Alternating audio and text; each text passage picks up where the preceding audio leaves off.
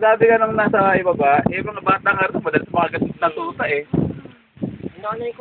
Magandang umaga po uli mga kaibigan. Dito po tayo ngayon sa Pakubo. Sa akin, nakagat sa Saan akin may dito. kabayo, may tindahan. At magkakaroon po tayo ng panayam sa isang sa may-ari po ng aso na nakakagat ka sa ating kaibigang Hinaro. Ate pong subaybayan ng sunod na kabanata. Ayun si Yung. Yun, patayin siya. Patay na yung aso.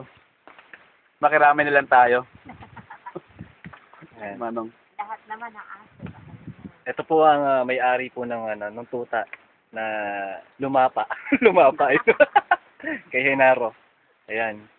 Kuya, sabi mo sa sa pagkamatay ng mga dogs, ng maliliit.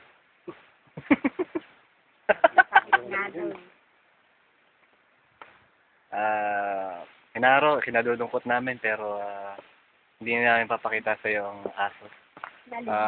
Yung kabayo na lang, gusto mo? Ha? Sa kasamang palad, lahat ng mga tuta niya ay namatay. Malamang, Nahawa sa rabies. nahawa sa rabies mo. Hindi talaga ng kamandag mo.